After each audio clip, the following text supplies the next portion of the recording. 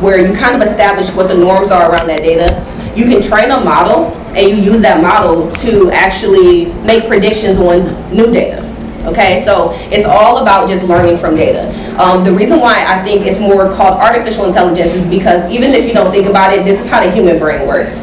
Like when you meet somebody, you recognize their face, you associate like faces and things with humans, and then you learn how to categorize a human from a dog, from, you know, a piece of foam on the wall, right? So it's all just learning from data. We will get enough input to the point where we can start making predictions and assumptions about things. That's how the human brain works, and that's kind of what AI is modeled around. Nothing is new about a lot of the concepts that are happening right now that people are using, but the only difference is that in like the last 10 years or so, computers finally caught up to stuff that we've been doing decades ago, like research that was done as far back as the 50s. We now have computers that can actually like run at scale, run these models at scale, and actually come up with something meaningful. So that's kind of why there's been a huge resurgence lately. To me, I find that exciting because not only does it mean that there's a lot of opportunity to get into it, but a lot of the concepts around AI are decades old, and that doesn't mean that they're bad, but it just means we finally have the computing power to actually take advantage of them. And then there's also so much that hasn't been explored yet. So if you're looking for kind of something that you can dig into years and years down the line, I think this is a good option, and that's one of the things that excites me the most about it. And it's definitely one of its own disciplines. So I'm doing one simple example. It's going to be scratching the surface, but you could think of it just as software development. Like a lot of people think like, oh, you're an app developer. That means you like do mobile apps. You're like, well, I can do mobile apps. I can do web apps. You know, so there's a lot of different disciplines you can get into. High level, it would be usually the overarching is AI, and then we're going to take a subset of that today, which is machine learning. And then even further than that, there's a smaller subset, which is deep learning. So there's a lot of different places you can get into. Let's see. So obviously, you know, the professional outlook on it is really great. So that's always something to look forward to. I think as developers, you know, sometimes we want to make sure that we have security in where we're going because there's always new things every other day. You want to know what should you invest your time in. But this is definitely one of those things that's not going to go away. It's only going to get bigger and bigger. I don't think like self-driving cars per se that like seems to represent it to people, or like, you know, robots taking over the world seems to like represent AI to people, but it's so much bigger than that. Like companies are sitting on data right now and they don't know what to do with it.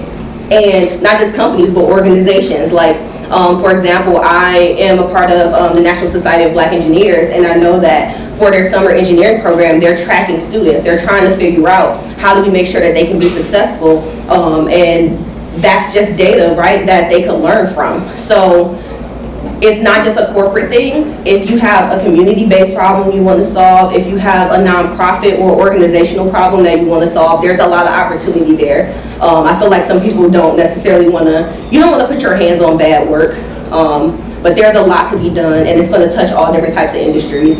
And like most importantly, obviously I feel like we all know that diversity is key.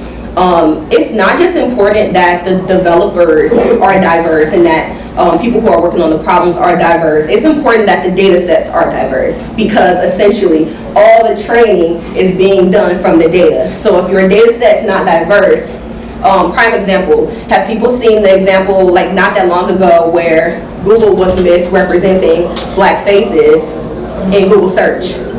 So when you don't have enough variety in your training data, now you don't know how to predict a black face from a monkey, right? That's a problem. So it's not just about, even if you never write another lick of code AI-wise, you can get involved in making sure we have like diverse data sets and things like that. So those are all kinds of things I think are important to consider, just kind of getting into this.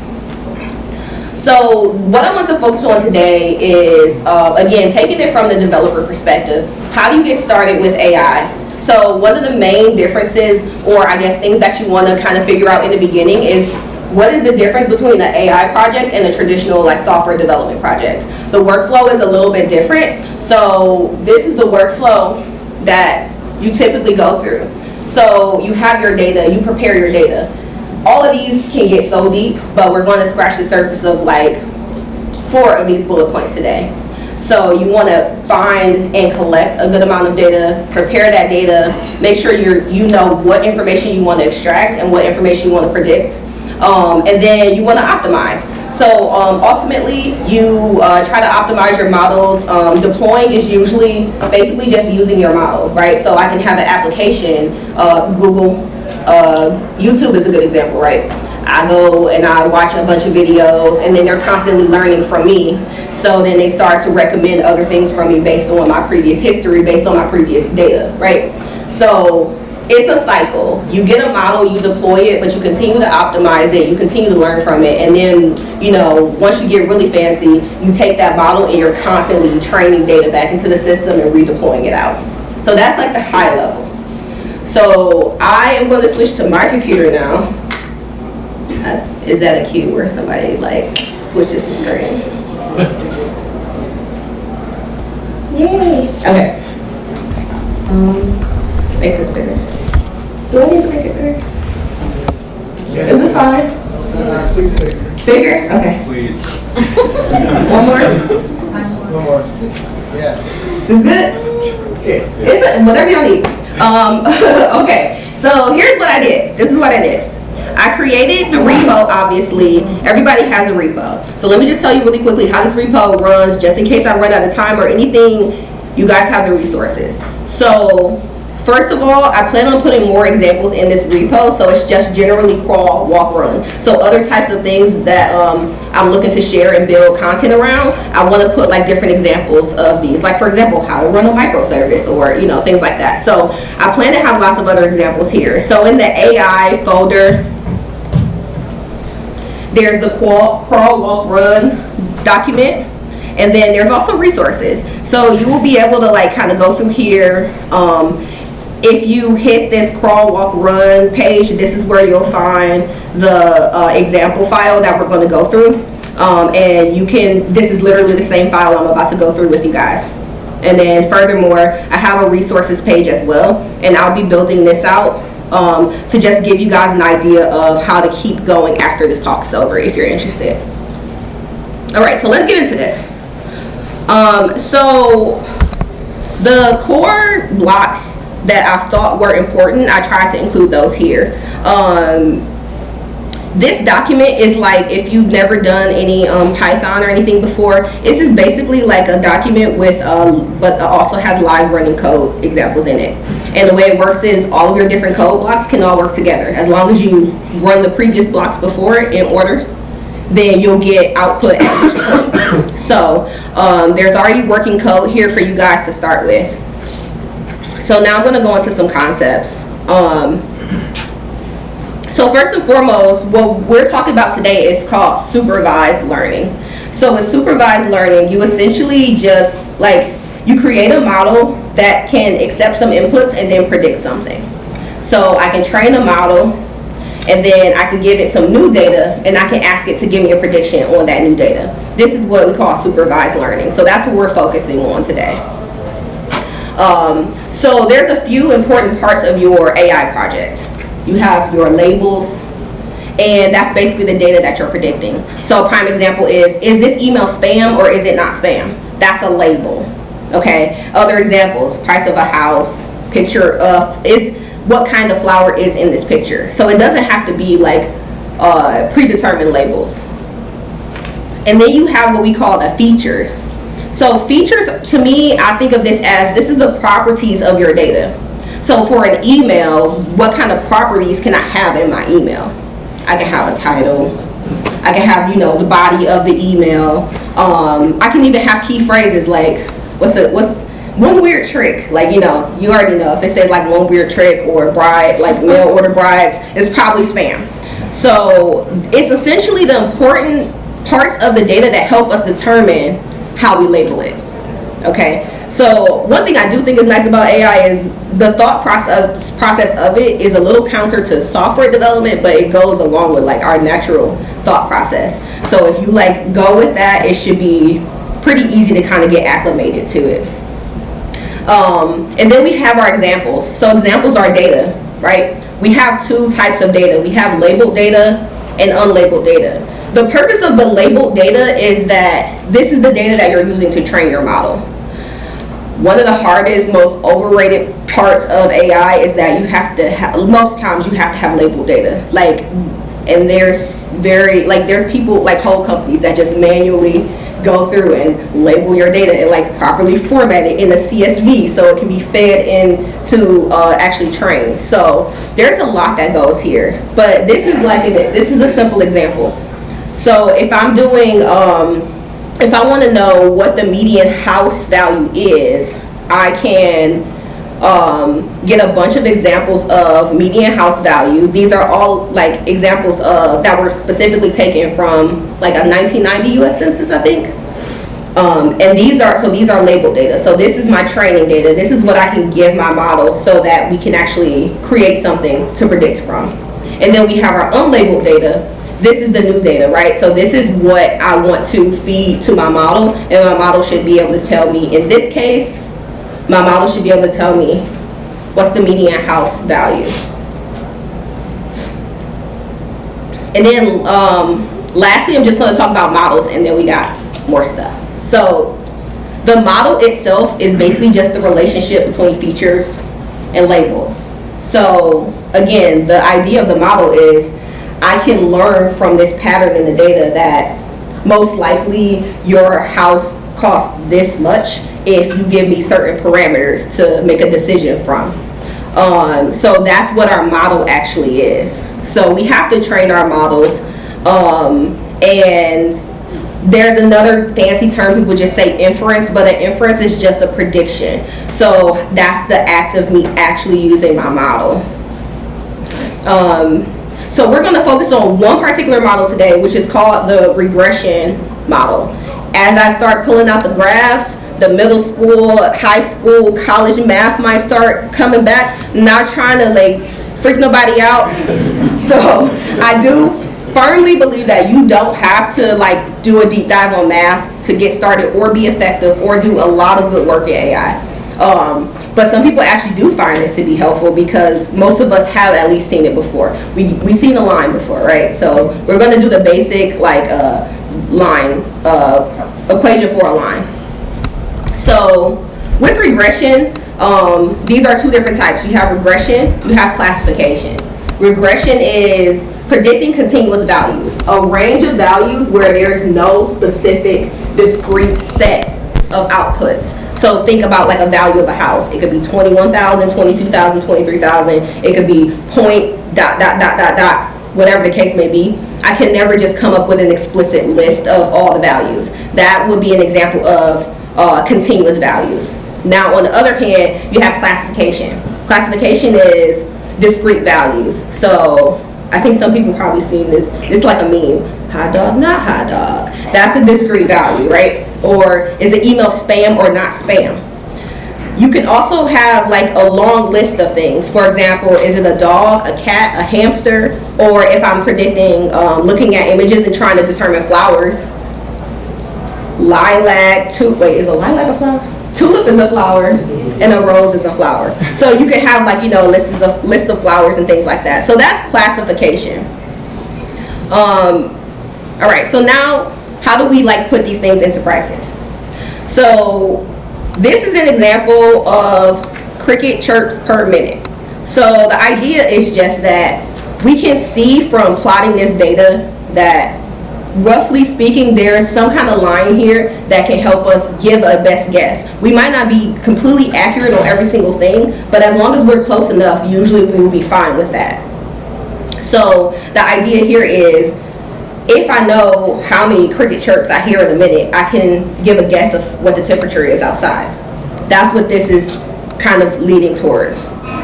So here we can define the linear relationship. So that's why we're going to deep dive into regression. Linear regression is linear relationship.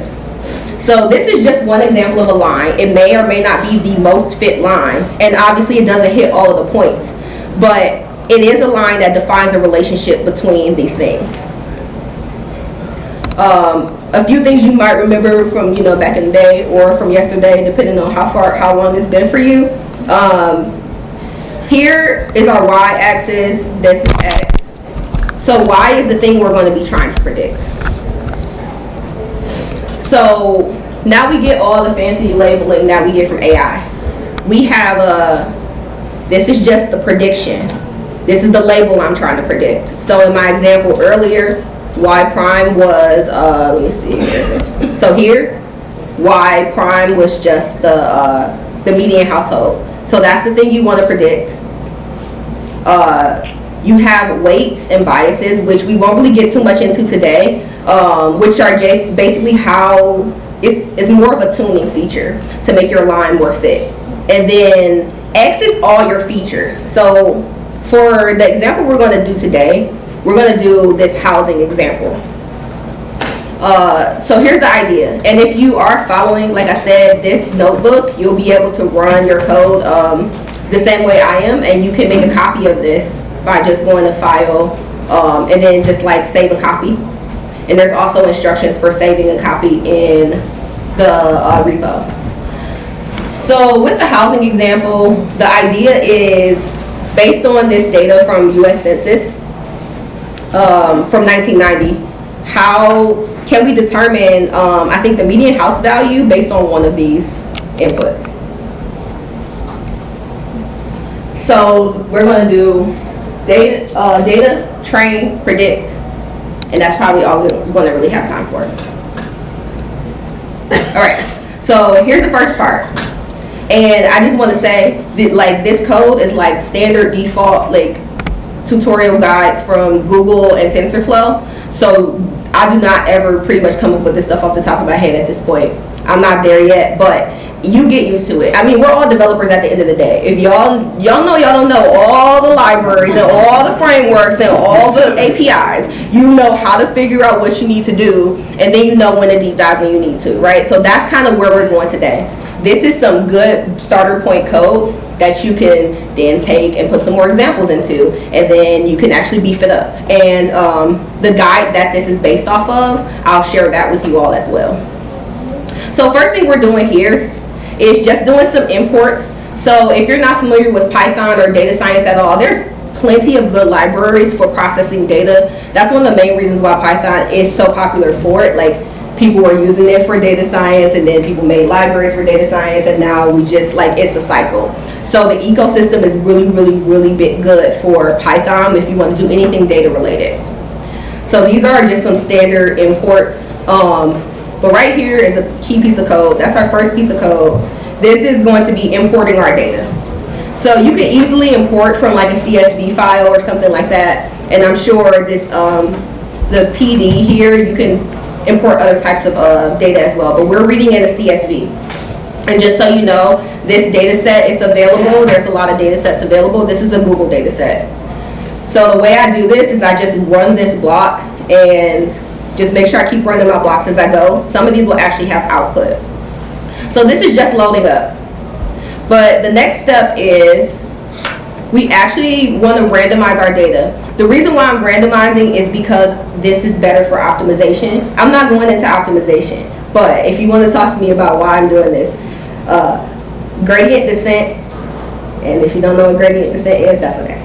This is just going to help us, like, not the formula that we're using for optimization. It's better if you just randomize it first. We actually kind of scale down one of the values, the median house value, and then that's pretty much it. So I can run this again, but this is my output from this block of code. And just in case if you run into any issues, if one of your blocks doesn't work, make sure you go back above and see if those other blocks ran properly. You should have like a number if your block ran properly. So from here we get our output of our data. So it's the same categories that we saw, but we have longitude, latitude, median age, total rooms, total bedrooms, population, households, median income, and then median house value. So a little bit about this data. This is based on a city block.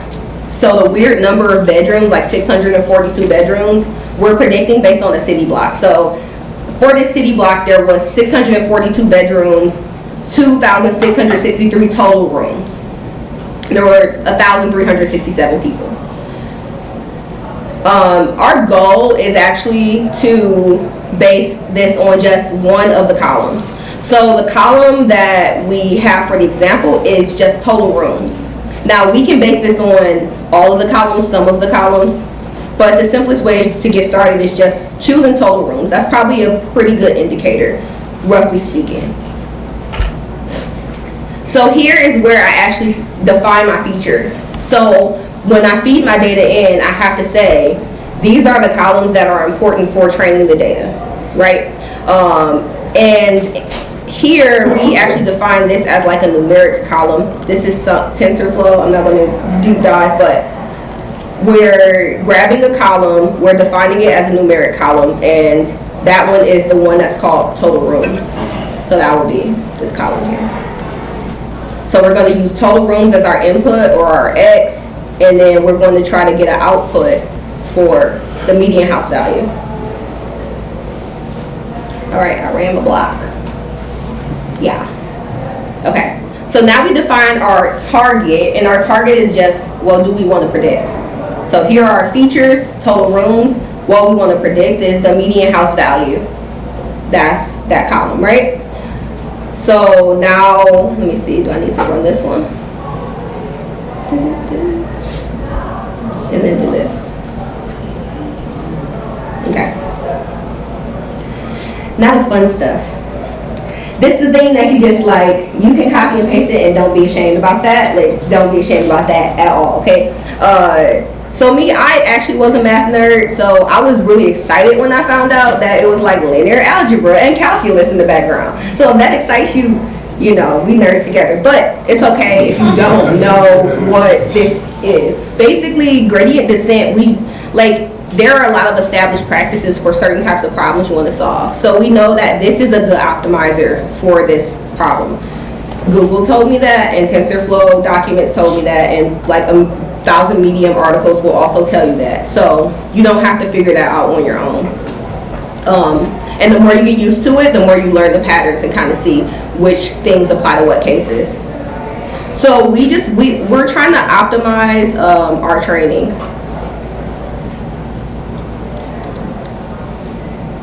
All right. So then we have this input function.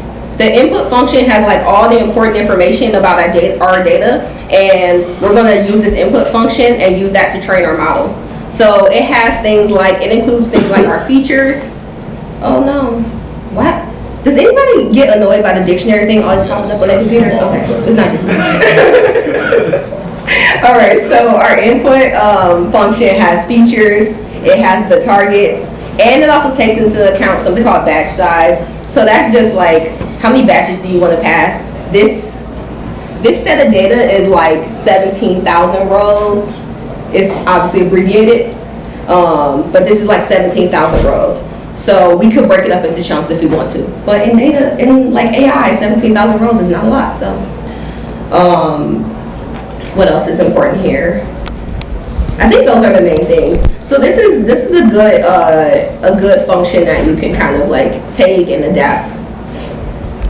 So I'm going to define my function, and then here's the actual like training part, like training the model. It's just this little look right here. So this linear regressor, it came from TensorFlow. In TensorFlow, they have like these high-level APIs where you can just be like, oh, I just want to do linear regression. They're like, I got you. Just use this API. Just give me a couple pieces of information, and then I'll do the rest. So we're able to feed our input function in, and let me see, did I run this already? It's warning me that I'm out of date with my TensorFlow version. Okay, there's some output. The graph was finalized. It did some output for checkpoints. Okay. And then we can actually do some predictions.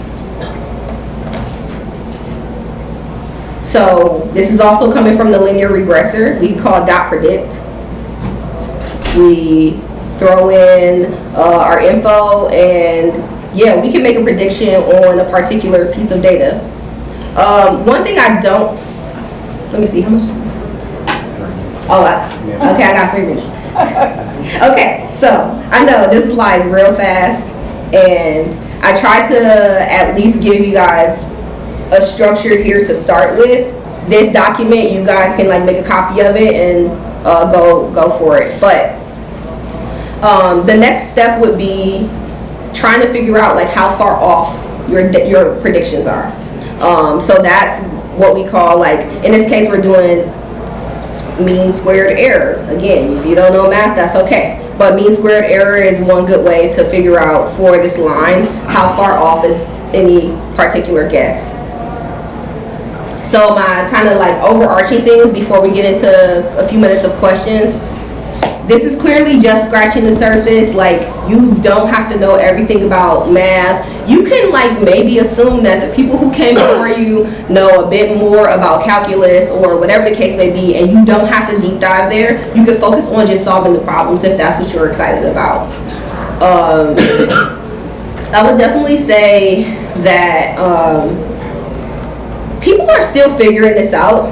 Maybe a big company like Google, Netflix, they have like departments dedicated to this. But when I first got into learning about AI, it was because I was working for a consultancy, and they were like, we think we can sell AI projects to make money, and then somebody needs to learn AI. And I'm like, well, I'm interested, but also when I like started taking the course, it was telling me about theory. It was telling me about calculus, linear algebra, all these different equations, and I was like, wait, I don't understand how I'm supposed to put this to play at my job. Like, it's one person. I don't got time to be doing all of this just to get into AI. And then I went to a conference. It was an AI conference hosted by O'Reilly. They have a couple of them every year, and they give scholarships, by the way, which is how I went. And that's when I saw just people giving case studies on things that they were trying, what they were experimenting with. It was a lot of, these are the different approaches that we tried to take to solve this problem. We tried different types of algorithms or different types of training approaches, and here's what we learned. And maybe it works for this use case, and you could try it for your use case. So there's a lot of experimentation going on there. So you will fit right in just coming in and trying to figure things out just by experimenting. And then furthermore, there are some people in the Detroit Black Tech community right now that are learning AI, getting into AI, and there are people who are willing to, be mentors and study buddies. So definitely take advantage of the resources you have here. And I have a challenge for you guys, which is, who actually read the description to this talk? And it said something about predicting the mailman. Y'all don't read descriptions in the talk? Okay.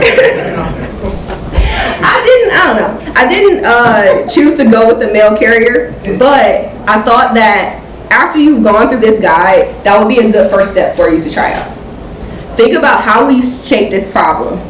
How will you capture some data? Now, the easiest way to get started would be just make yourself a simple data set.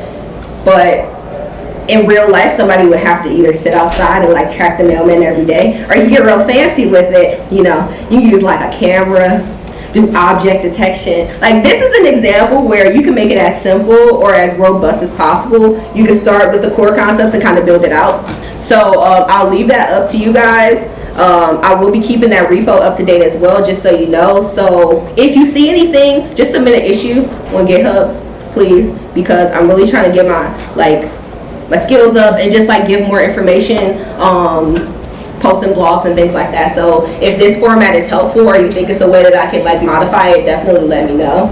But that's kind of all I have time for at the moment, so I think I can take a couple questions. Things like that. What do you think would be some of the low-hanging fruit? Because I know you talked about it earlier, that the diversity of the data sets is going to be extremely important moving forward in the future as AI starts to, grow. Like, what is some of the low-hanging fruit that we, people of color can do or look into to get more involved in AI as, like most people in here, I'm assuming, are developers, like to increase our knowledge of AI and machine learning in general? Yeah, so I think on the data set side, there are actually resources out there where people publish data sets. And if you have access to data, you can actually publish data sets. So there's a site called it probably starts out with the fact that they have so many resources. And one thing I think Google is doing a good job with right now is they're trying to arm people and empower them. And then originally TensorFlow was very low level. So if I didn't know every single thing about AI, I couldn't really get involved because, you know, it was too deep. So they started building a layer and another layer and another layer. So you have at the top layer just like estimators, just APIs, just a library that's what developers are used to working with. And then you can kind of work your way down. So to me, I love any like framework that takes that approach. Of course, the other thing is that with TensorFlow, you get some of the benefits of the work that Google is doing. So they already have optimized a lot of these algorithms because they have so much data to train on. So you kind of take advantage of that versus having to come up with your own thing. I think, but to me, it's very approachable. There's a lot of support for it. It's one of the leading tools that people are using in the industry. It's not the only one, but it's a good one to get started. And I think they are doing a good job of trying to help people get started.